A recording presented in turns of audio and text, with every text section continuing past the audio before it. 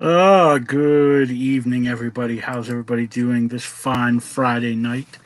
Uh, this is, I believe, May 7th of 2021, episode 14 of the Hooligan Alley podcast. Thank you all for coming here to the Hangout in my palatial estates in the great Blairsville, Pennsylvania. Um, I think we're going to have a fun show tonight. Just before I get started, I want to make sure I'm broadcasting because I always screw this up. So let's go ahead and check that really quick.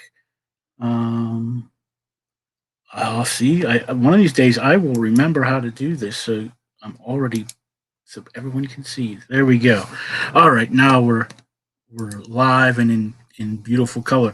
All right. Well, first of all, I want to bring on our first guest, and I might screw up their names. I probably will because if you watch the show enough, I murder everybody's name. But our first guest is David. I'm going to guess Doub. I'm probably wrong. And his awesome book I was just checking out a little bit ago, like really checking out, was it's Texas Horror, not horror, horror. Okay, we'll bring in Dave. Yes, enunciation is very important in saying that title. Yes, yes. Slightly different book. And with my Pittsburgh accent, we kind of leave letters off a lot, so it ends up sounding totally wrong.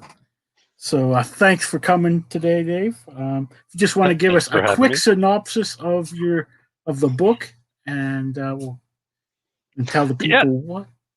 Sure, it's a anthology of a couple of different horror stories, kind of focusing on Texas in several different interesting ways. Like literally, some of them are heavily inspired by my life and all that, and like one is where these gamers in high school in Texas get tired of being bullied, so they actually use the dark magic of D&D to summon forth a creature to kill their bullies. Yeah.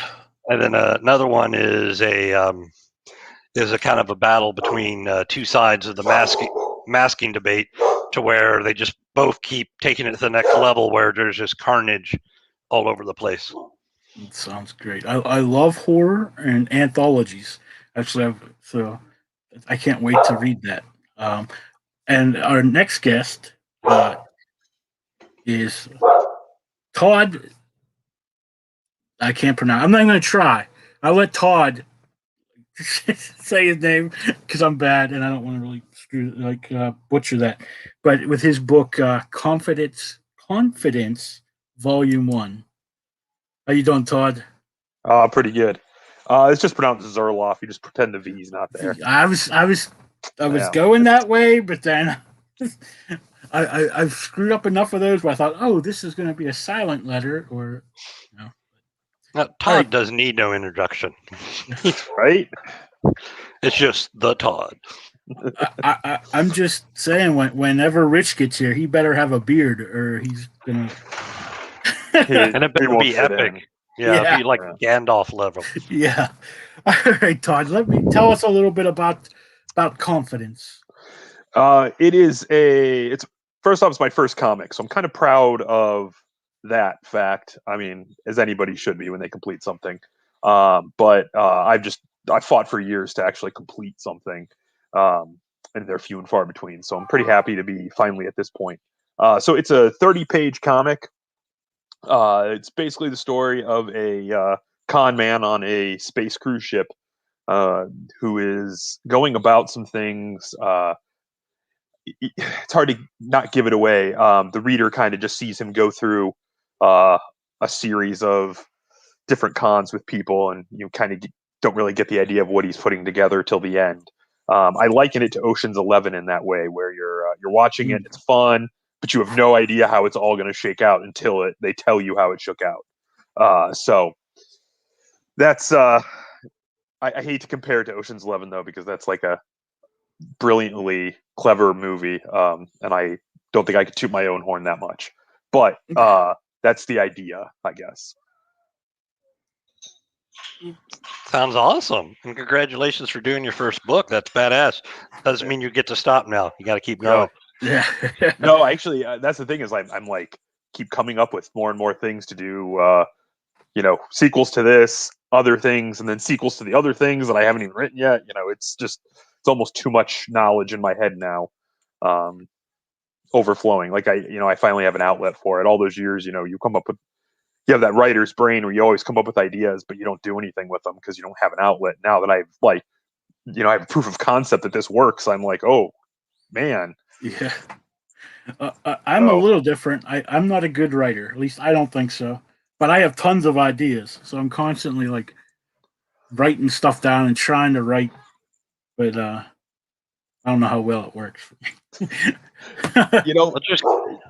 It doesn't matter in my mind. Like if you're a good writer or not. I've read plenty of comics that you look at and you like how well. Was the writing really what sold me there, or was it just like the whole thing coming together? You don't have to have like snappy dialogue and whatever to make something memorable. And that's the great part of comics is the collaborative medium where, they have the different pieces, but they're just so much better separately to where, everyone could be great, artist, the writer, but then together they make something that none of them apart would, have done. And then you get to work with other people and you get a different mixture, it's kind of like cooking, I guess. Yeah.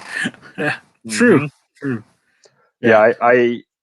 I'm not good. I wasn't always good at collaboration. I'm a bit of a control freak in terms of, just not so much wanting to do it my way, but like wanting to make sure it gets done right. And I am not always great at trusting that other people are just as competent as I think I am. So it is fun to do this because it's like totally hands off. I give the script to an artist and they, that's all I've got. Like I can't sit there over their shoulder and say, no. So it's been fun. It's really helped me like let go of that because you just get the art back and you're like, oh, awesome. It's not what I had in mind, but it's better. Yeah, I know. Like I usually a lot of times I'm an artist, so I'm the one doing all that. In this last project, I had hired some people to do some backup stories. So that was like the first time like I had other artists drawing my characters. So it was kind of like you get that back, you're like, oh wow, that's like different than I draw it, So it's neat to see like things that you've come up with and have someone else's vision added to that. Oh yeah, the perfect example I have that in one of my scripts. I wrote it as like a 9-panel grid, and it was just a traditional vampire scene attack. And it was just building, each one, and then the end was the the attack. And so since the artist knew what I was going for, he contorted all the panels and then made the final attack overlay. So it all kind of just flowed into that. And then, you knew your eye was going there, but he made it far more dramatic. And I was like, that is what I wanted that I did not know I wanted. And it's just like, yes, that is, that's teamwork. Yeah. Yeah. And that was my first worry, I guess, was like that somehow I knew more about what I wanted and what about comic panels than the artist was going to, Yeah. Like I'm a fan of non-traditional panel work. I like, and I'm cool with whatever, obviously. But I really have liked a lot of people in the last few years, like Chris Samney or I can't even think of anyone off the top of my head, but someone like J.H. Williams and Batwoman. I would say that's and David Del Mundo or Michael Del Mundo. That's Michael Del Mundo. Yeah. Those guys like do some crazy stuff with like almost a lack of panels sometimes. And even Greg Capullo, who I always thought of as more of a traditional artist because of his Image days. He really did a lot of cool stuff in Batman that always made me go, oh wow. But so like when I see that, I don't want to like push that on an artist that isn't into that. So I really don't try to push that, but I've been pleasantly surprised, especially with Confidence here. My artist Ray has been doing some crazy cool stuff with the panels in terms of them, the way they overlap, the way that they work within each other. So it's been really, really cool to see that come to fruition. So. Yeah, sorry. I'm just trying to get some. All right, but yeah, I really, I don't know how to say it. You gotta excuse my head like 5 million places, but I mean, I was checking out Confidence last week, I think, someday, and I was looking through it. It kind of gave me, I don't know why, I don't know if it's the character or not, but it gave me a little bit of like Guardians of the Galaxy feel, like the movie Guardians of the Galaxy. Like he kind of that Star Lord kind of vibe to him. He ended up looking a lot like him, honestly. Like when I asked, or when the artist asked me if I had an inspiration for this, and what's funny is the guy I was thinking of. I don't know if you guys ever watched a show called White Collar. It was on a while back. Yep. And the guy and their Matt Bomer plays the main character on there. And I was like, base him on Matt Bomer, because honestly, that's kind of the, he's supposed to be a little bit suave. Like he's not necessarily like, like a Star-Lord type where he's, maybe first to violence. He's a lot more like supposed to be, smooth talker, kind of charming more so before he has to resort to the violence. So I was like, that's a perfect character for him. So he kind of based the look on Matt Bomer, which, as it turns out, you say that he does. That is sort of the look of Star-Lord as well, to a degree, with like the hair and sort of the jawline and everything. So I didn't mean for that, but it's, I'm not going to be mad about any comparisons to, super successful things that people love. So, all right. Well, Rich is here, so we're going to bring Rich on, and we have his project, and I probably am going to mess up the name. Or at least he was here, and now he's gone. Well, I guess we're going to wait and see if he comes back. I had to go find his fake beard. I guess he was like, "Oh crap! I don't have a beard." And he went and got his Santa Claus outfit. As soon as he comes back, we will add him back. Here he comes. Let's see if he's ready. Are you ready? There he is.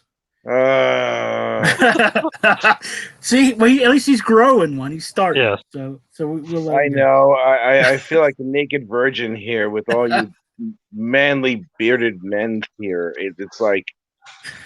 I just forgot to shave this morning, and oops. This morning? What the hell, man? It is morning where I am. He's Rip Van Winkling it. Yeah. I know, I didn't know right? we could come in hungover or something. It's like I'm expecting Tweaky to come out or something like that. It's like that beard is like the 500 years later thing. Yeah. Jesus God.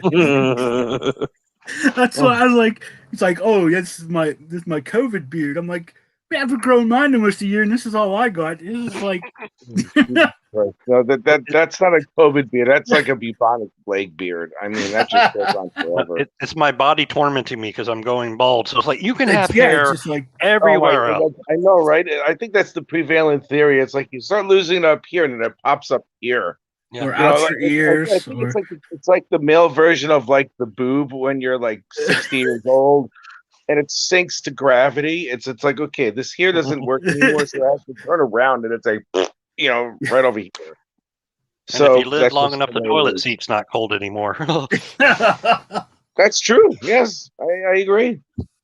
I want to apologize to everyone here. Sorry that I was late. You'll forgive me. I did in fact doze off for a bit. I'm in the United Kingdom right now, and it's 2 o'clock it's 2 o'clock in the morning. Yeah. And I've been up since 4 o'clock the previous day because I had I know. I've had 3 podcasts today, and that's my fault because I scheduled all 3 of them within one day, and I didn't realize that I did, including this one. So I'm like, God damn it. So forgive me if I was a little bit late. That's okay. Thank you, gentlemen, for understanding. No, you're supposed to say you're early because you were never planning to show up. I know, right? I really did not want to miss this for the world, and I was cursing at my phone because it took forever to just turn on. I was just asleep too. So I'm like, you get up, not me. Sorry? I'm sorry. I was saying your phone was probably asleep too. It's like, you get up, leave me alone. Oh, I know, right? No, I was my phone was out. I have an older phone and the battery's dying, so it's like I have to really charge it every so often. I got lucky this time. So, how are all of you? We're doing good. We're all hustling Kickstarters for comics. It is Todd's first time. Oh, he doesn't know that, does he? Well, I was going to mention this to you, David. Anthology last year, I curated and wrote a couple short stories in there for mythology about the state of Ohio, because that's where I live. Oh, So wow. it's sort of like the same idea as what you did. I just didn't. Yeah. A lot of my stories ended up being horror because I that's see what everyone kind of gravitates to. But we did like urban legends and myths and stuff for the state of Ohio. We're actually working on our Excellent. second volume right now. Awesome. So this isn't quite my first rodeo, but it's my first solo rodeo. Oh, okay. So we Your can't first- razz him as hard. No. It's his first full-length feature. Yeah. Yeah, just He's cameos. had bit parts. He had cameos and bit parts before. This is Yeah. his first starring role. Whatever they are, they're definitely they can definitely be nerve-wracking if you're doing it for the first time by yourself. It's not easy. It's not easy by any stretch of the imagination. No, and it never gets easy. You're like, I No, got not this. And then it's all like, "Psh, no, you don't. No, you don't, sir. You sit back down. You really You don't. never get this. It could be something as simple as a misspelled word that just continuously occurs before you have to send it to print, and it's like, oh, good gravy. You know, it's like, Or enough. Yeah. Where- Sometimes you can own that. Speaking of publishing, I don't know if you guys know the tabletop RPG Vampire the Masquerade. You know how sometimes in editing you put in page XX because you don't know what the page count's going to be. Mhm. So it kept showing up in their books, and they said, no, it will show up page XX. And then they had this book that was for all the crazy vampires, and they just had a big full bleed and just said page XX. yeah. They're like, see, there you go. We told you it was going to be there. Oh, good Yeah, God. we it's had so a weird horrible. on our anthology. We had a weird issue where, like, we couldn't. Since in the anthology, you're getting these pages from all over the place, and I had a couple people who like sent me their pages and then just went like MIA. I couldn't get a hold of them. So, and I found like a typo in the one guy's one of his speech bubbles, and I was like, well. So I did that with a buddy named Dave, who's a graphic designer. He laid out the book, and he's like, well, I don't have the original file, so the best I can do is I can try to match the font and just drop like a little image right over top of it of the correctly spelled word. So we did that, and it looked perfect. And then somehow when they printed it, it offset It by slides, like yeah. quarter.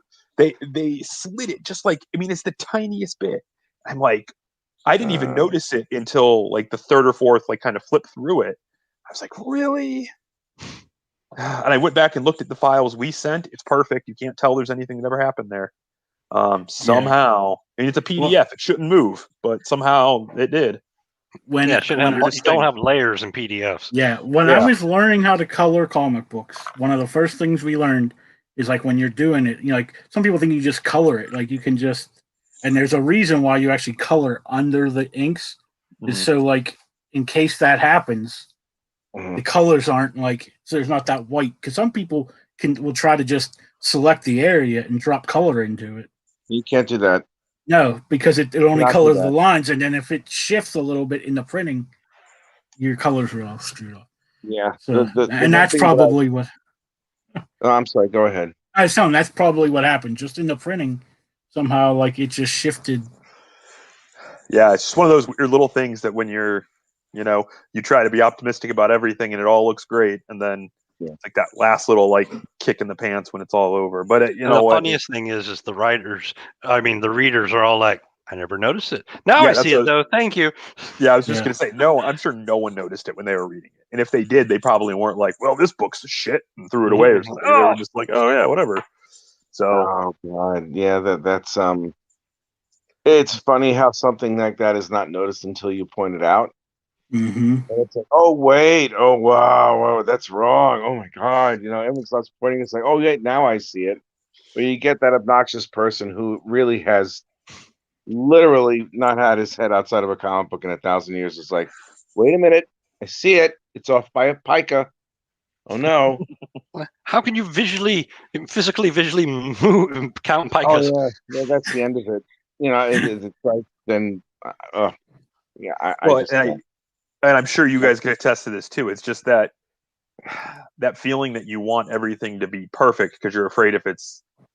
We all have that imposter syndrome to a degree, I guess, where you think if it's not perfect, there's something wrong with it, and you're already like worried someone's not going to like it. You hate giving them another reason to possibly not like it, so you like perseverate on those little tiny things when there might be a million better reasons for someone to have issue, but not that they will, but you know what I mean. You find those tiny little minuscule things and you freak out over it. Yeah, I've actually had for a while, I had the opposite problem where I had to learn, you just get so much pressure and overwhelmed. You're like, go to print, just go to print. It's like literally on fire, David, is literally on fire. If you print it, it prints as an actual flame. I'm like, quit. Firebomb all the readers. Like, Yeah, but I'm the guilty best of that. part about everything is that, I mean, we all learn by doing, and we definitely learn by our mistakes, because those big mistakes we don't forget.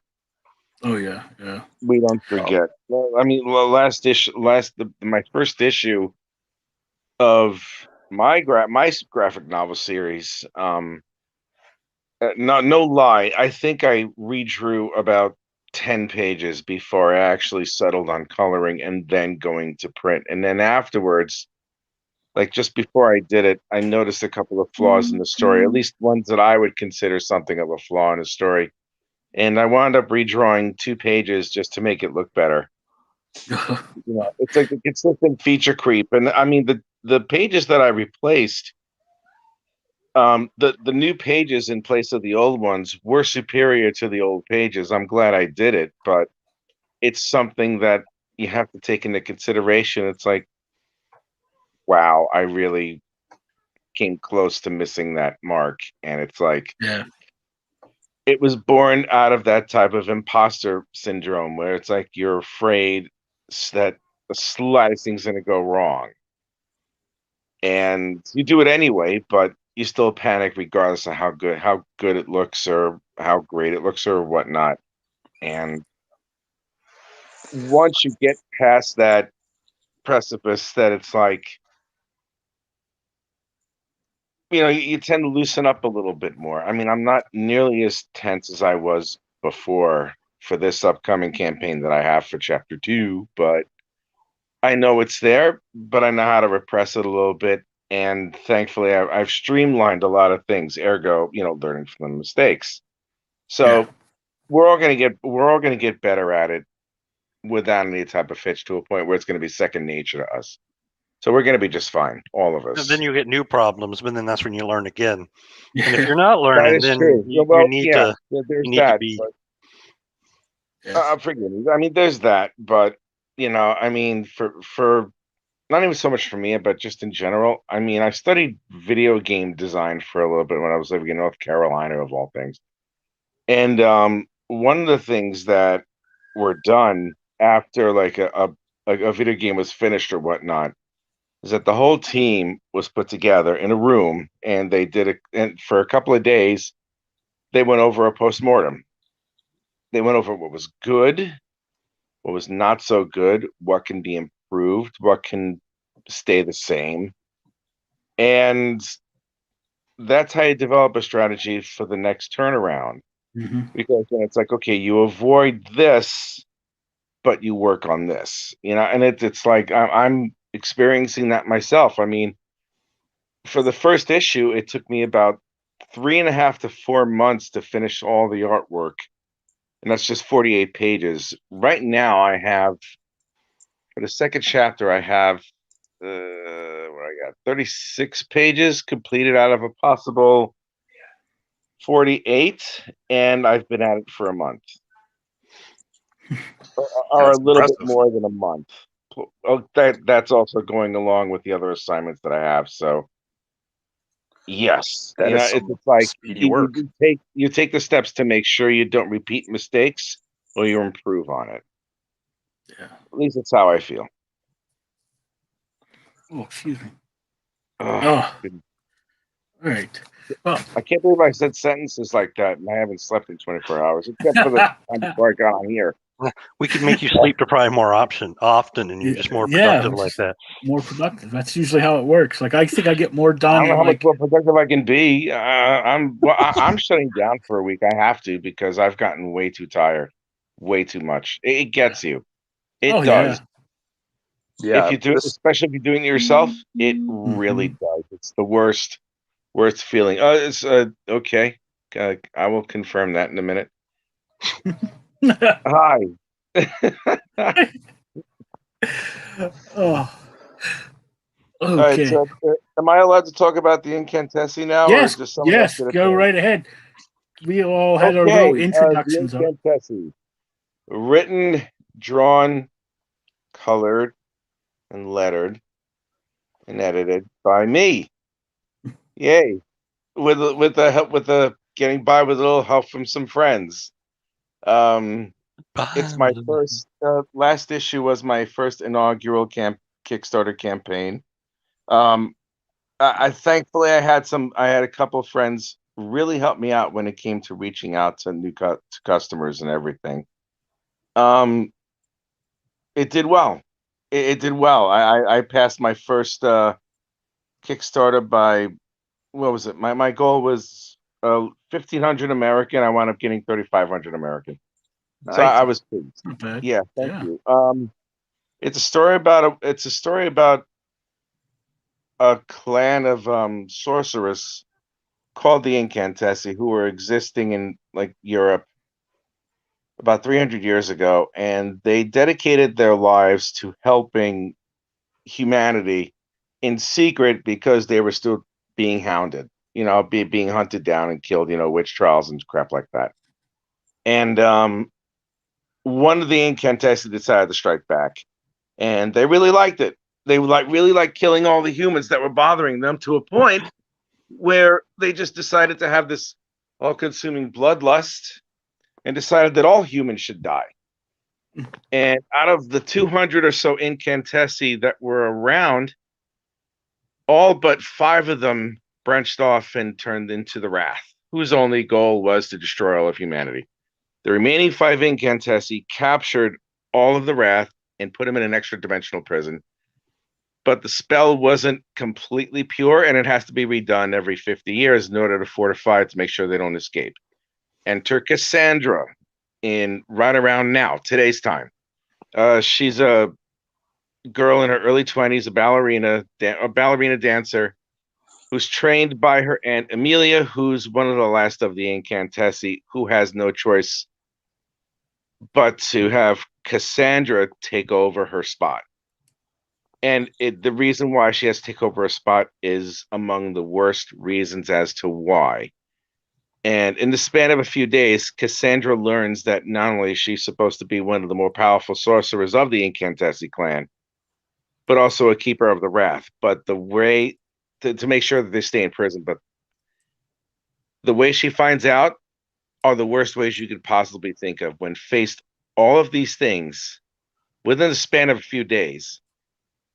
It's a tagline. It's like either you embrace the destiny that you've been given or you become consumed by it. And we find out at the end of chapter 4 what choice she makes. And I'm not going to give away the ending, but I'm not going to say that it's going to be your standard typical Star Wars thing where Rey becomes Rey Skywalker or some bullshit like that. I thought it was Ray that I will Palpatine. They not even went allow. farther wrong.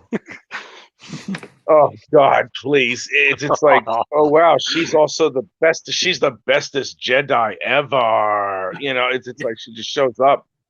After about a week of it, and she's twice as powerful as Luke could ever possibly effing be. And I'm just like, what? Who are you? Really? What? They didn't give J.J. Rey a Abrams, chance to guys. develop. They didn't give her a chance to fail. They didn't give her a chance to do anything. And that's what I love about my character. Her name being Cassandra is that yes, she may be that powerful, but she will fail. She will mess up. She will do something not so great, and even with her best intentions, she will miss the mark. So you're And she playing will off be of some humbled, Greek but she will mythology there. become angrier about it. And it's like 1 minute all she is just a ballerina just doing performing a show over at a theater in Milan, and then 3 days later she realizes that she could touch the farthest corners of the universe if she ever reached her full potential. She sees all of this and she's like, I don't want this. Why would I actually want this? Who in their right mind would want this kind of power and think that they can actually control it? But all the events happen really, really quickly. And you wind up losing your sense of self in that shot.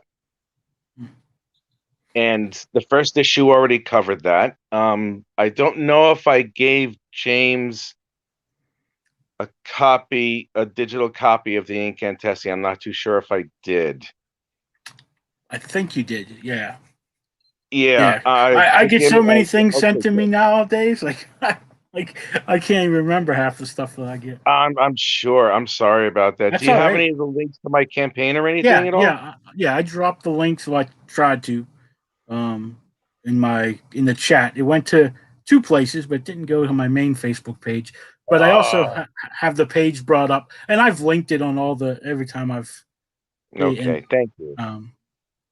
let's see. We finally got.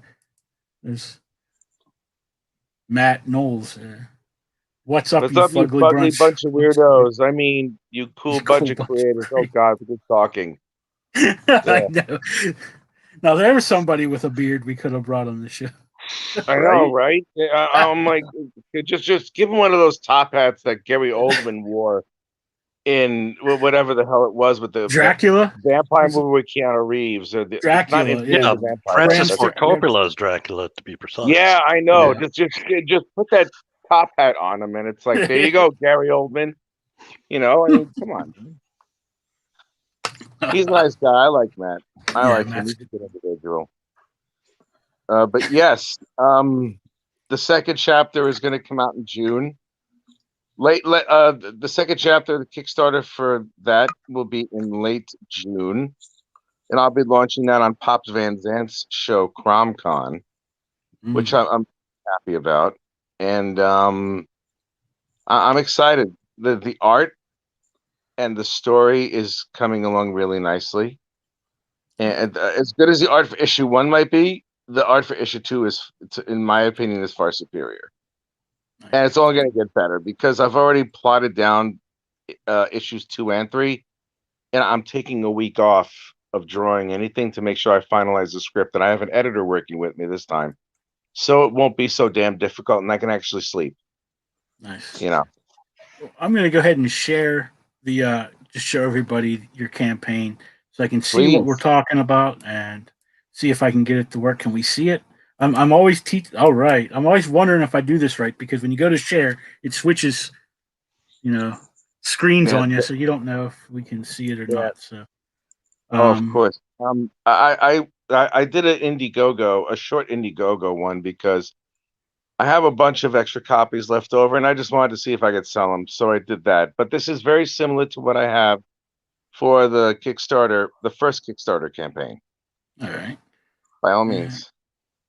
That's good. So I'm trying to see what's all. Oh. So how is I haven't done Indiegogo. So how is it compared to Kickstarter?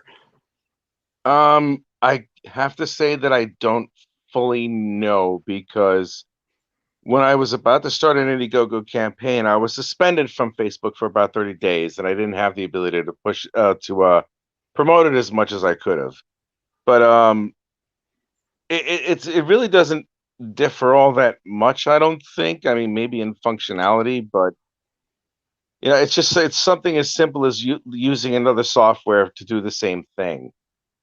You know what I mean? It's like I just have to get used to it a little bit more, and quite frankly, I have to have a little less hubris in my heart when it comes to thinking, oh yeah, I'll just do this way, and all of a sudden I'm like, whoa, wait a second, this isn't working as well as I thought it would. One thing, obviously, is I've heard is Kickstarter has a bigger base than Indiegogo. Of course, then I wonder also, though, is the tricks of how do you pull more from their bases than your bases, because obviously your base helps it.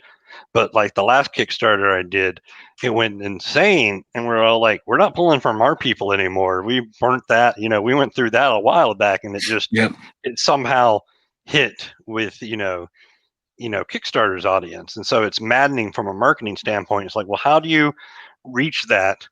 And like the current Kickstarter I'm doing, it's doing fine, but it's not doing the same as the last one. And we got the projects we love and all of that stuff. And yet that doesn't seem to be doing the same bump as the other one. And the other one didn't have any of that gravitas from Kickstarter. So it's like, you really can't count on that Kickstarter. No. You know, it's Yeah. hit or miss. It's all the algorithms and things, and Well, it's part timing, and it's also part the audience that you're reaching.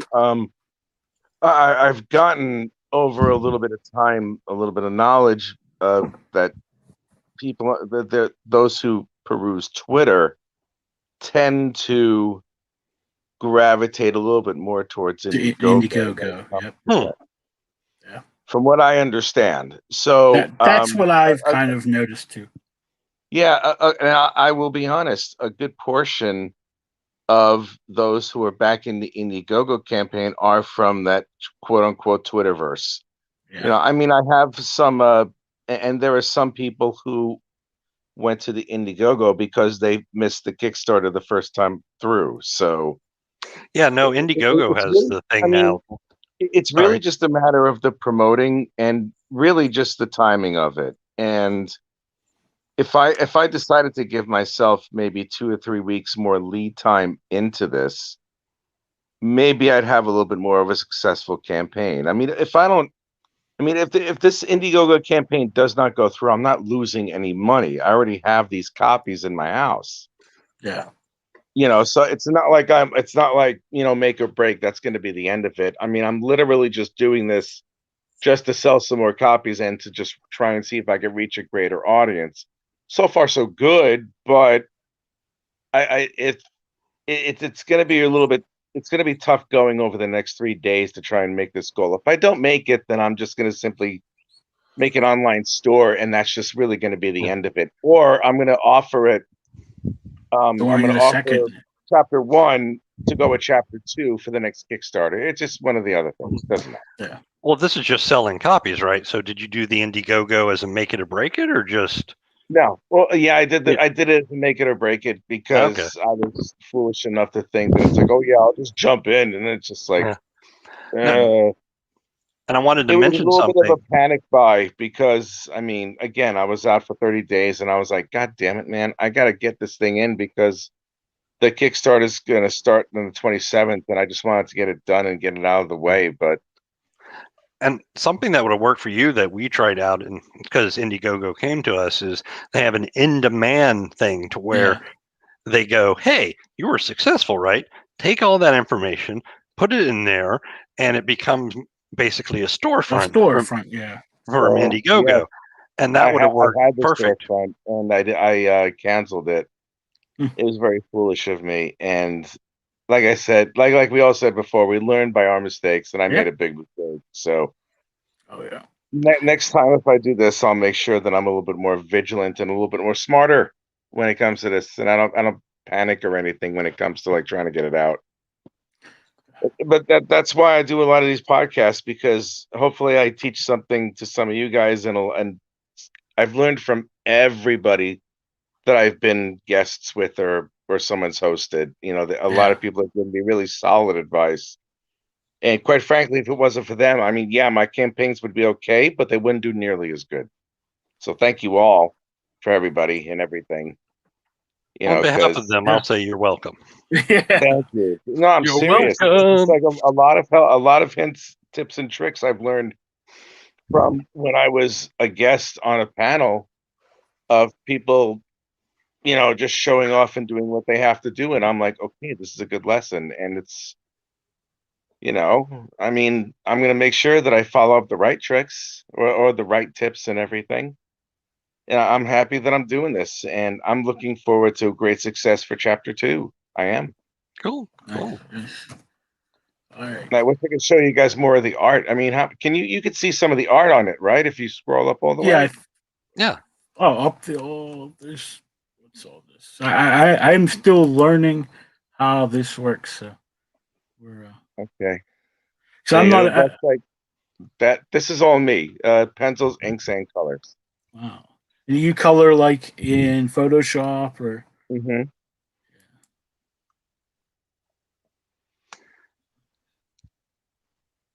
I love this, man. I just love the whole creative process. It's just so damn much fun.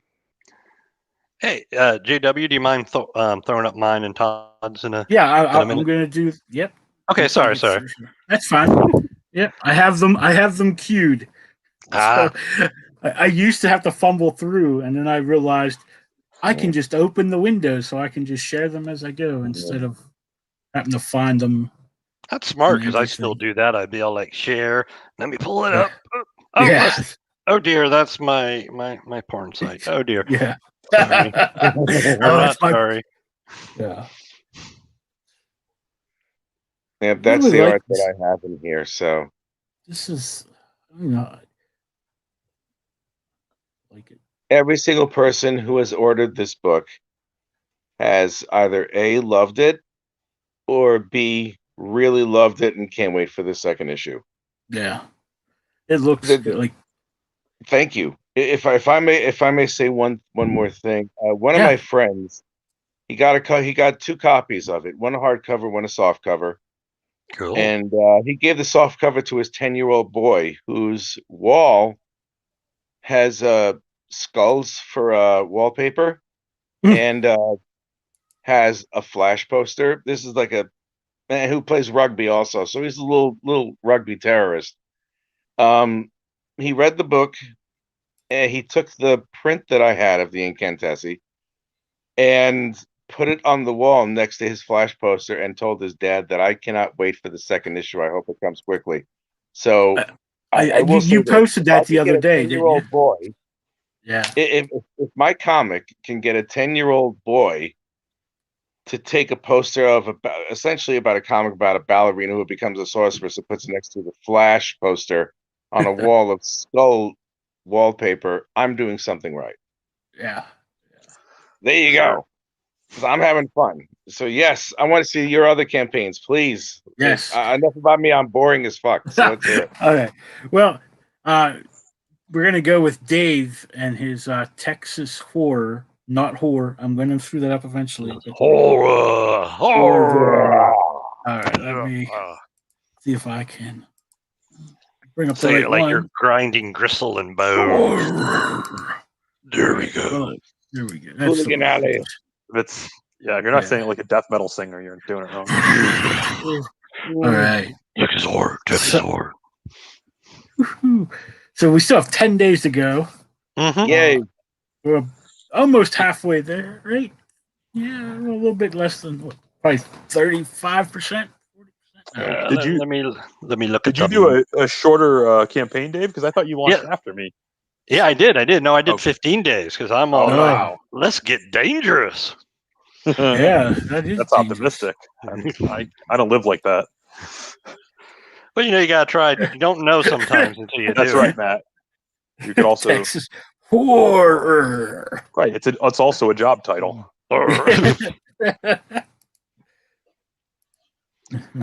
Someone say death metal. No, we got enough here, or we can pretend to be. In a different lifetime, that's what I that's what I did. So I can fill in. It's been a few years. Oh, now did you I'm do it out of the voice or running did for you do any it also. mechanical wise? Oh, voice. I sang and played guitar in a death metal band in high school and college. And I'm just saying that because when I saw one of my first death metal concerts and I saw they had the voice synthesizer doing the rumble and I was all like, oh, come on. Yeah, that's kill your way. Yeah. Oh, that's cheating. no. Yeah, I'm fresh out of the ability to do my King Diamond impersonation. So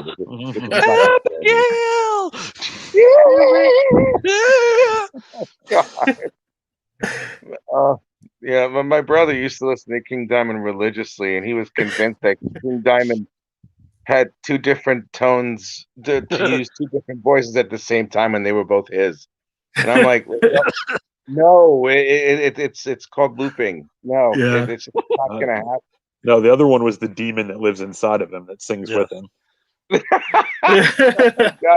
God, that was like that was Harmony. the Mexican I had a couple of nights ago that was in the refrigerator for too long. That would be me. You know, and then we come out the other end. You know, so that's my extent of death metal. What is that, Matt? No, Todd was. What was the name of your band? Todd? my high school one was Hate Machine because we were 15 and 16. And then the later, world. I've been Love in one called Manifest Destiny. That's cool. God, Well, they were both cool. Both names are cool. I don't remember what we had another name right before we broke up too. Unforgettable. No. Unbreakable. But yeah, and then I've done a lot of solo stuff on my own, but I never named a band because I could never settle on one. So it's like I just put it out under my when I used to put it on SoundCloud, but it's not anymore. Well, we need a link for I just that. did it under my name. Yeah, I know. We need a link. I'm pretty sure there's still like a demo song or two out there. I don't even know. I haven't logged in like 15 years, but I think I left like a demo on there. That needs to be a freebie or something on your Kickstarter, man. So like, oh, if you get 100 pledges, I will do the death metal. Believe me, Matt. Matt, you're not even a guest here, and you're making an impact. Matt doing a metal album with his comic is something I had planned to do someday. I have like a Viking story that I wanted to do a Viking metal soundtrack to someday. Oh yes, and it's like so far, I thought it's like a 4 or 5 issue story, so I kind of just shelved that until I wanted to have a little more experience before I tried to tackle something like that. So when I saw that idea of him for the latest Heirs of Isildur book, I was like, damn it. I mean, it's an awesome idea. I'm super happy for him. But yeah, that was what I wanted to do too. Gotta have a band feud for that, man. Battle of the death metal comics. He's a better musician than I am though, because he's still like up. I haven't even like picked up my guitar in 4 or 5 years since my son was born. He's my 3rd kid, and that was just the straw that broke the camel's back. So it just sits over in the corner next to me here. Well, all of them actually. So he's much more on the ball than I am. So he'd kick my ass right now for sure. So I want to do it, and I don't sing or play. Hey, so sorry, I'll segue back into this. I mean to steal your time here, David. So did you write all the stories in your anthology, or I wrote most of them. Okay. Some of that was just happenstance, not happenstance. Like, whoops, I wrote a story. One of them, I used to be Dust Comics because I used to be all dark and angsty. So I went from Bauhaus to Sepultura. So I definitely had a lot of sorry, I can't recover. I'm like, it's all right. I listened to Sepultura this morning. It came up on my shuffle. So we listened to some Chaos AD this morning. So excellent. But anyways, but I've joined up with Show Enough Studios, and I've done some things with them. Like my studio mate Terry, he has a book called Aerobicide, and it's about a girl who's a Korean American in the 80s. We all love the 80s stuff, but I think he's trying to time travel to the 80s, which I'm like, I'm like 4 then or something halfway. I'm like 2 through 10, so I don't know. But anyways, I did a ninja story with him, and it's a fun one we did where he's like, I need a good villain, and I did this guy where he's a ninja, but he has bootleg tapes because bootlegging used to be cool back in the 80s. Now anyone on the internet can do it, and he throws them into horror movies. And he's like, oh, these horror movies. You got like Puppet Master and Troll 2 and all this stuff. And what she doesn't even win, it's basically someone taped over it, and she ends up in a Donahue episode. Oh my God. And she gets out because it's Donahue, and he's just like, who taped over my horror movies? I stayed up until 2 a.m. Oh my God. Being off of TV. That sounds great. Wow. I remember the Donahue show. I'm quite a bit older than I look, and I remember the Donahue show. And God, that was the beginning of the end. It wasn't Donahue, but around that same time, I think it was the Hart D. Fisher. If any of you know your old indie underground comics, he was actually on him and some of the other folks who were on one of those, trashy, Sally Jessel Raphael shows. And you're all like, what? These guys are on there? That means anybody can get on. Yeah. There were too many of those. God, man. and one of them resulted in like a murder. With Jenny Jones, and the same thing here Oh happened in yeah. the UK over with Jeremy Kyle, who's like the British version of Jerry Springer, he's even worse, if that's at all possible. See, I miss was it? It was Morton Downey, Yeah. and Oh God, I Behind he remember Jimmy. him too. he, Oh he would Jesus start Christ. fights Yeah. with I He's was in smoking on the TV. crowd. He's like smoking during the show. Yeah, I was in the audience for a couple of his shows. Wow. They really are that insane. They're really out of their goddamn minds. I mean, they're whooped up into a frenzy. I was even on the Maury Povich. I was even an audience member of the Maury Povich show, and the producers there, they're relentless. They're trying to get the crowd all whooped up and everything. They give all the guests who show up, they give them a copious amounts of liquor before they even go on stage. Oh, see, I was going to joke Oh, and be like, give them. Oh, it's not a joke. That's exactly what they do. To heighten the emotional state and everything. And then you have not a joke with fucking pardon my language. With Maury Povich, you had a very ample bosomed woman. Shit, you not. Is like she's like, come on, cheer. She's trying to cheer and everything, and the Yeah. guys are like, woo! Yeah. Oh, they're all reacting. And it's really sensationalism TV, and it's such overreacting. Everybody gets really, really ramped up with that type of stuff, and it's like, no wonder we're all animals, because we see all that crap all the time. It's the only way we know how to respond. Ugh. The '80s were a forgettable decade. Sorry, they weren't that good. I heard a story that was like when Jimmy Kimmel first took over late night. That was like unheard of territory. It was just Leno and Letterman, and you couldn't. Yeah. Oh, There was yeah. no other competition. When he took over, they wanted him to do it, and he was worried he was going to fail. He didn't know how he was going to take viewers away. So what they decided was their green room would be free alcohol. Like they had a giant open bar as their green room. It was almost like a bar, like with everyone there milling about. So they were hoping that people would be a little looser, maybe say some crazy shit that that wasn't the scripted stuff, because they got loaded before the show. And they said it actually worked quite a few times, I guess. Like they had quite a few memorable interviews, because people like Luke Perry apparently got all tanked and said some crazy stuff, told some crazy 90210 stories that he wasn't planning on. Since you mentioned Jimmy Kimmel, I just remember when that show started. It was Jimmy Kimmel Live, and it actually was live, and he's on the West Coast. Yeah. But his first week, he couldn't get any guests on, so his only guest the whole week was Adam Carolla. So it was pretty much a man show for the whole first week. Oh my God, that's terrible. And that's why I can't watch Jimmy Kimmel Today, because I always look at it. I'm like, the sidekick from the Man Show. I'm not watching the sidekick from the Man Show and all the ziggy hi, ziggy. But that's why I just like. Does anybody remember that Joe Rogan became a co-host on the Man Show after those two left? Yes, and it was him and Doug Stanhope after. Yes, that's right. And now Joe Rogan is the most popular podcaster on the planet at this point. Yeah, it's like he goes from stand-up comedy to a UFC announcer to a podcaster. Oh, don't forget, what was that one where you had to either do some physical challenge or eat bugs? Oh, Fear Factor. Oh, Fear Factor. Factor. Yeah, he was the host of Fear Factor. He's had the weirdest. There was a segment career where one of the contestants actually got in Joe Rogan's face, and I'm like, "Oh no, you can't do that! He's going to kill you." Isn't he just now a weed dealer? I just imagine his podcast is to, is just a way to sell his edibles or something. Pretty much. Hey, Dale. And other weird facts, since he does all that MMA stuff, apparently he was sparring with some MMA fighter, like a professional, and the guy was like, that guy kicks really hard. And they tested it, and he has like one of the most powerful kicks of any fighter today. And he's like 52. He's my age. He's pretty damn vicious.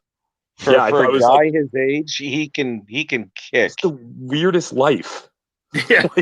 No, it's a crazy life, and it's well lived. I mean, he's still in fantastic physical condition, truly. And it's like all the MDMA is gonna kill him. Oh yeah. For Whatever he's doing it right.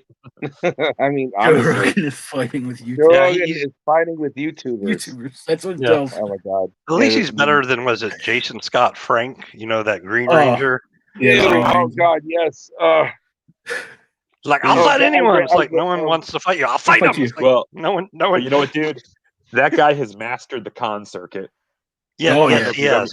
I don't know if you've ever been to a con with him. He Yeah. comes out and he jumps. Like when he gets out there, he'll jump up on that table and start like riling his fans up. And I mean, not in a bad way, but like in Yeah, a, yeah, no. He knows an he's a hype excitement man for kind of sure. way. Yeah. Yeah. Man, he He knows his audience. and he still gets lines, like crazy lines. That guy He has to does. make Yeah, a killing. it's right. I was at a show.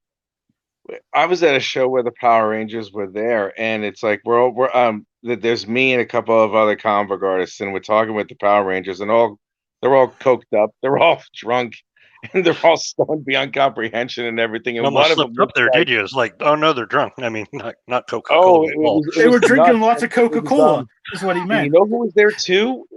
I forgot the name of the show, but it was in Jersey or some shit like that. Dustin Diamond was there. Oh and my God. man, was this boy blazed? I mean, really, He had history, known history Oh, he for did, yeah. abuse. Looked like he had an inner eyelid. That's how glazed this man was. Glazed like a donut. So bad. I don't want to talk ill of the dead, but I mean, Jesus Christ! I was looking at him, and he was just like. He was like frantically looking for the link sausage, and I'm like, it's over there, man.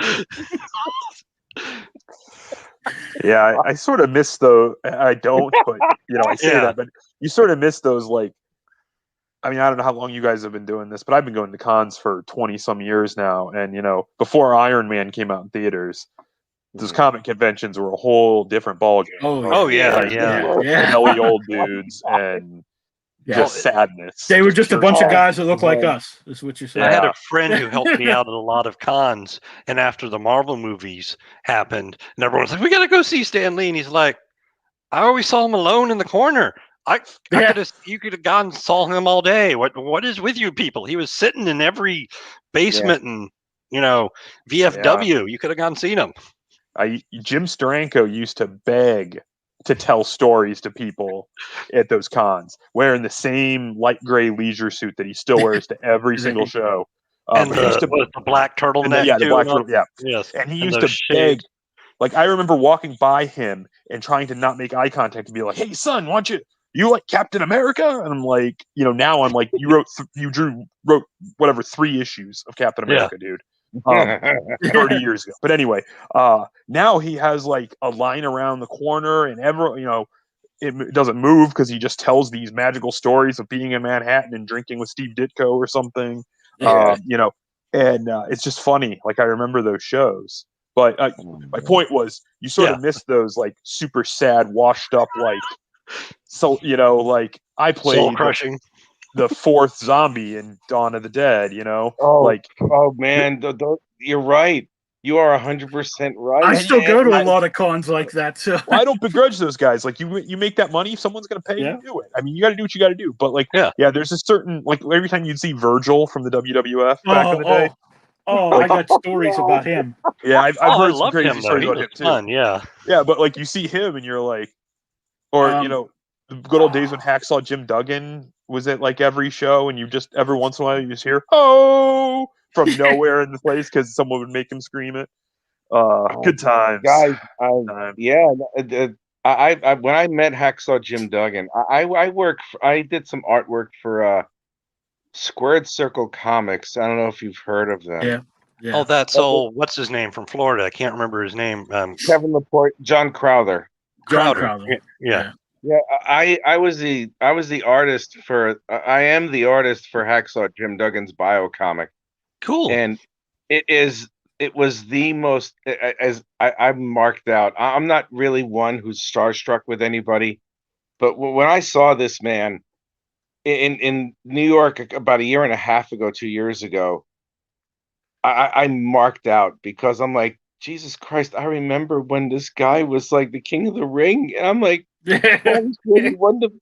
he won. I forgot what he won, but he won something really big, and it's like I drew it, and it's like meeting this man. I am not ashamed to say that I took a picture with this guy, and he gave me the 2x4. He gave me the 2x4, and we were both like, "Oh!" And I'm like, "Oh my god, this is awesome!" I so marked out with that. I have to admit, there are some things that I mark out with, but I'm super bad. Going back to what you were saying about like zombie number 4 on Walking Dead in season 3, episode 7, or something like that.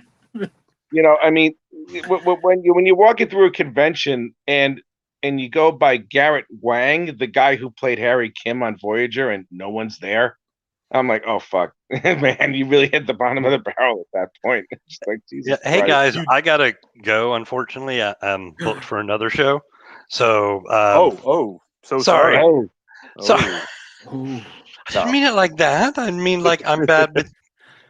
Sounded Booking cool when Rick times. said it. So like I had so many that I forgot, but it's the truth. Sometimes everyone, you get like, overwhelmed. Yep, so I'm sorry I but- got to jump out, but good talking to you all. I hope we can do it again sometime. Everyone, please so check cool. out my Kickstarter, Texas Horror. You will not regret it. Got a lot of great things. The links are in the comments. I hope to see you all again, and peace out, brother. Oops, sorry, I was going for a metal wrestling thing there. Yeah, it is. Peace out, brother. Peace out, Thanks brother. for stopping. It's good talking to you, man. Take care. All right, so yeah, that's Dave Doub in Texas Horror. So make sure we go out and check that out. He still has, I think, 10 days left on the campaign. Go get him. Boom. All right, and then there were 3. That's what it looked like. You look comfortable.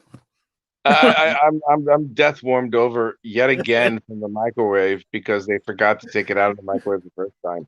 You look like the dude who's on the phone with his girlfriend at like 3 a.m. and like, no, you hang up. No, you hang up. You're just too tired. Like you're so exhausted. You're just like, I'm like getting sick and tired of her telling me how much she loves me. It's like, I love you. I love you more. No, I love you more. Too, baby. No, I love you more. Well, they don't say that anymore at this point. Do you mind if I get a little blue here? All right, I'm going to get a little blue. Okay, great. We're in prime time now. So. I love you. I love you too, baby. Now it's like, hey, how wet are you for me now, baby? I don't know. Is this? How wet are you? How hard are you for me? About as hard as you are wet for me, baby. I just sent Trish. It's just really weird. Really right when Trish came on too. Hi guys, just got home from work. Hi Trish. Yeah. I'm having phone sex with someone when all of a sudden Trish shows up. Oh God! This is my just woke up face. What do you think? God, man, I am effed up right now. You can't tell at all. Todd, I want to know about what you're doing, man. Because I'm boring as hell. Please, just shut me up. Trish wants to know what she missed. I had Trish. We were talking. Todd, rightfully so, said that I look like the guy whose girlfriend would not hang up the damn phone when they're trying to say goodnight to each other. And I went through the whole scenario where that actually happened to me in high school. It's like I had a girlfriend. It's like, you hang up. No, you hang up, honey. I want you to hang up so I can say I love you. Shit like that. But nowadays, instead of anything like that, it's like, baby, how wet your pussy for me? And she's like, it's as wet as hard as your thing is, blah, blah, blah. And it's like this back and forth and everything. And then all of a sudden, it's like I'm saying this, we're laughing at it. And then all of a sudden, Trish shows up, and I'm like, yeah, honey, that's what you just missed. All right. Me having phone sex with myself. Ew. I mean, you got nothing else. Yeah. Oh my God, help me! All right, Todd. I'm hoping your book can top that. If not, we're in trouble. No, I don't. Let's go ahead and talk about confidence. Yeah, you could throw the Kickstarter up. Okay, yeah. All right. Confident. Oh, well, Trish says, "Oh, okay, so normal The stuff." normal stuff. Yeah. Normal Oh Friday night God. Yeah. conversation. That was some. That was yum, yum. Okay, I can't sing the fucking song. Right? Please. What's this one? All right. So yeah, this is my book. It's called Confidence. This is Excellent. volume 1. It basically follows a gentleman, the guy in the yellow jacket down there, named Alan. He's you kind of get the picture pretty quick that he's not on the up and up. He's a con man who is pulling off a variety of different cons and different deceptions on a space cruise ship, actually. You know, messing around with the crew, messing around with other passengers. Yeah, if you scroll down, there's actually the first 4 pages of the book are there. You kind of get a better sense of the story. You also have that's the main cover there by Ray Lay, who's the main artist in the story. And then this beautiful retro variant cover that we got by a gentleman named Ed Bickford, who wow. That looks really good, man. Yeah, I like that. Very. If you don't mind me interrupting for a sec, Trish is saying, "Rich, you're way past your bedtime," and I'm like, "No, I don't know, honey. It's only 3:00 in the morning here." That's just when the night begins. 3 in the morning. I know. I love Trish and Mike dearly, but please don't point out the obvious when I just woke up. I'm not a pleasant man. Please, Confidence looks really, really good. You know what I was impressed with when I first saw this? That big, expansive panel that you had at the beginning of what's supposed to be the video. Yeah. Is it that one? Yeah, I like the scope of this because it's like you're taking something as cool as a grift, kind of like a Better Call Saul or something along those lines, and you're putting it on a universal scale. I mean, you get an idea of. I mean, the word confidence as the title. It's perfect for it, especially. I mean, it's beautifully designed from what I've seen so far.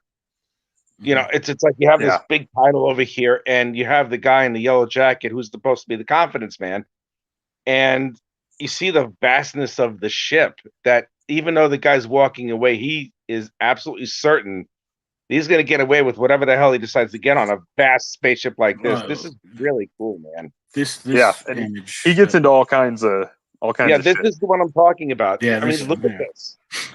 Yeah, this is whoever drew this has a really, really good idea of expansion of space and depth perception. That's really good. That's one of the things that I've loved the most about the art, though, is the characters is all I really thought about. A lot of my descriptions of how to draw things, or like this panel, I'm pretty sure just said it's a big atrium that sort of just shows the scope of the ship, and I think that's all I told him. And he just did all the rest himself. There's another panel where who's your artist? His name's Reynaldo Lay, but he goes by Ray. He's from Chile, and Ray Lay from it's Chile. Ray Lay from Chile. It's a very Ray Lay unfortunate. From Chile is a very good. Wow, I can't believe I said that out loud. He is good. He is very good. He is good. Really impressed. He is really good. I will tip my hat to this gentleman. He knows what he's doing. Yeah, there's a panel later, I don't know, page 9 or 10 or so. It's just 2 guys talking, and this is a kind of a talky book, I will say. If you're looking for action, there's not as much. A lot of it's just dialogue and quirky, witty things being said. But there's a panel where there's a lot to say, and there wasn't really a lot for the guys to be doing. So I was like, screw it, make it a big splash page and just throw a bunch of dialogue on it and just make it visually cool so it's neat to look at. And so he drew these 2 guys down there talking, small in the center bottom. And then the rest of it is just this expansive engineering room. He drew all the little mechanisms and the doorways, and I stared at that panel for 15 minutes just looking at all the little details he put in there. And, it's so amazing, And then most of it's going to be covered with word balloons. Yeah, that's where I felt bad. I was like, man, I'm gonna get a lot of ord balloons over this, but it's so cool though. I'm so happy about it. I'm so proud of it, and every time I get a page back, I'm like, oh my god, it's better. And then the coloring too. His brother is actually the colorist, so he passes these off to his brother, and his brother colors it. And man, I got back like, I mean, the colors are great. No, no complaints. But like page like 7 and 9, no, it's a little further ahead than that. Not that you have any reference to that whatsoever. They're not here. But they go on into the nightclub of the ship, and he put it all in these purples and golds, like the lighting. And I didn't expect him to do that at all. I mean, I didn't give any direction. I was just like, it's a nightclub. And it's just, the colors just pop so well. Nice. It's so cool. I can't wait. Only the first 4 pages are lettered. I just did that. So I can't wait till like that page gets lettered and it's just finished and the story comes along with the art. I'm pretty excited, as you can see. You should be. It's a very handsome book. You really, your artist really outdid himself with this. I mean, if it's a mostly talky book and he's able to take everything and then make every single scene interesting, that's the mark of something really good, man. You got something good here. Thanks, man. I appreciate that. Congratulations, man. How many issues is this an ongoing, or is this it's going to be an ongoing in some ways. I mean, it's self-contained. I didn't want it to be I mean, I have nothing against this, but it's always hard for me sometimes when you go to a Kickstarter and you get like, they're like issue 1 of 4 and you're like, I want to back this, but I want to wait for all 4 issues almost. You know what I mean? Like you want to help, you want to make sure it gets to those 4 issues, but like, I've gotten quite a few books that you're like, you get to the end of issue 1 and you're like, oh my God, I have to wait like 6 months for issue 2. I didn't, so, and that's fine. That's my thought. I know it's not everybody's. So I wanted mine to be a complete story. So that's why I called it volume 1 instead of issue 1. Because that's a good idea. Thank you. I wanted to get the idea that it's self-contained, like complete story. When it's done, it feels like an arc, and you're like, oh, okay. I mean, it's only 30 pages. It's not like it's a whole arc per se, but it's a contained story. But there's tons of stuff to continue with. So I plan on continuing it for as long as I can come up with ideas. It by no means has a larger plot that will be solved for sure. It's just sort of this idiot floating around in space, doing stuff, I kind of think of it like, not like James Bond, but like that same concept of he's just a character. The story, he doesn't have a, beginning, middle, and end to his life. He just, sometimes you'll just pop in on one of his adventures. So that's sort of my thought on this. Nice. It looks really good. It looks really, really good. Is it active now?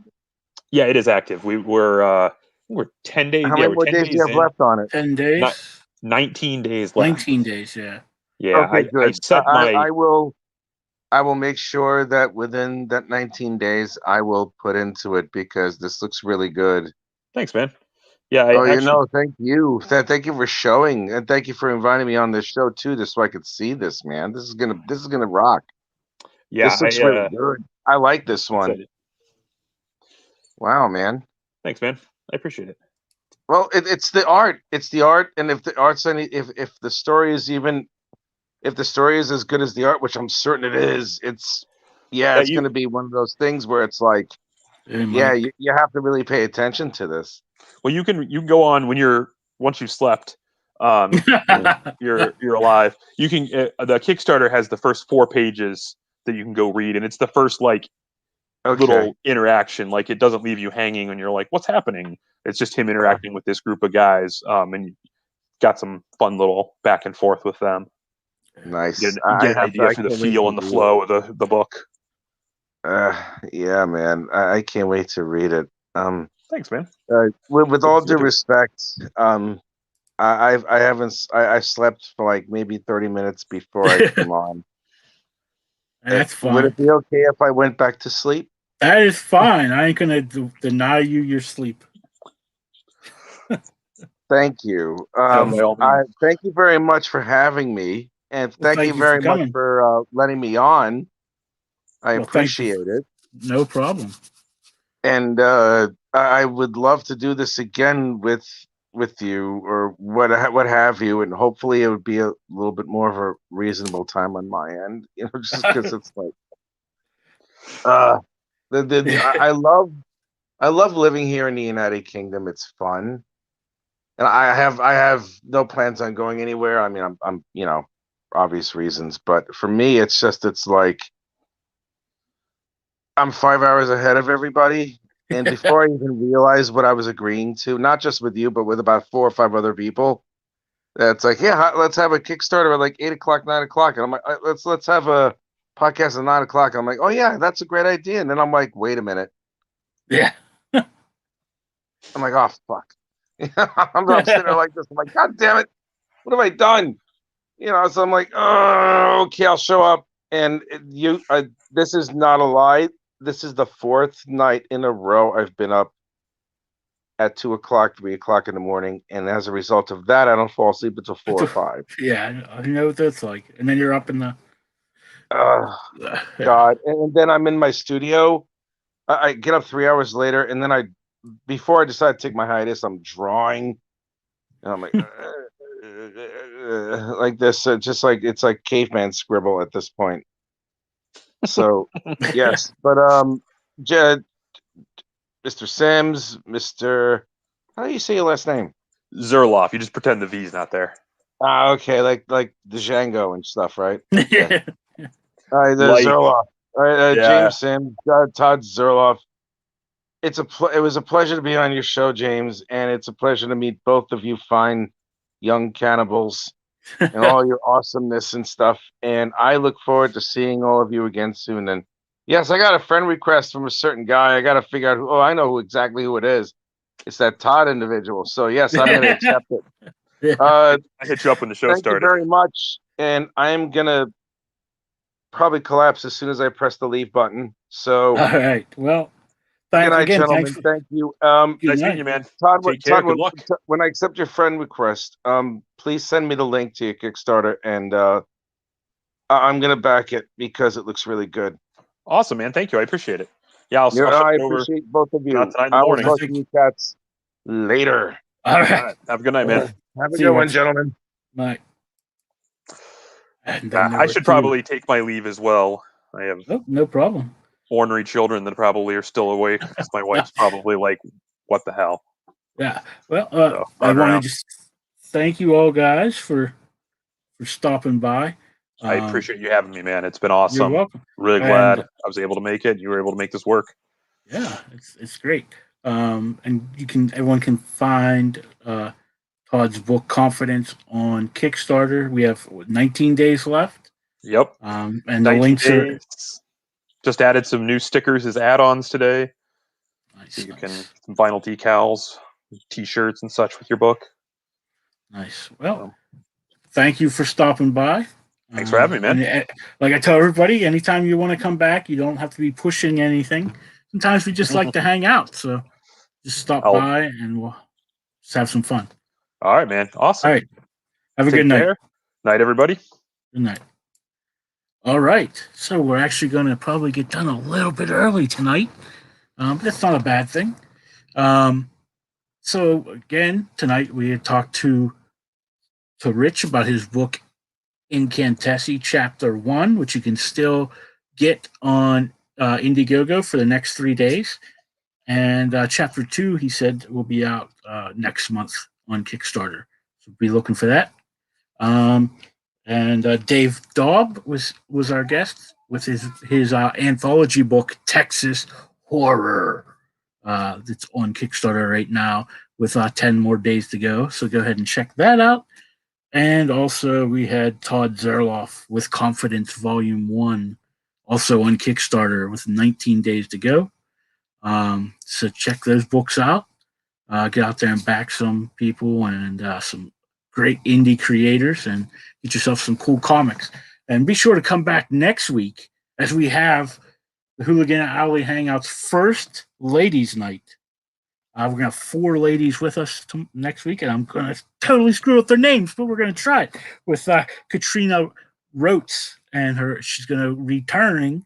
She was on a couple of weeks ago, but now her book is launched, Appo's Army.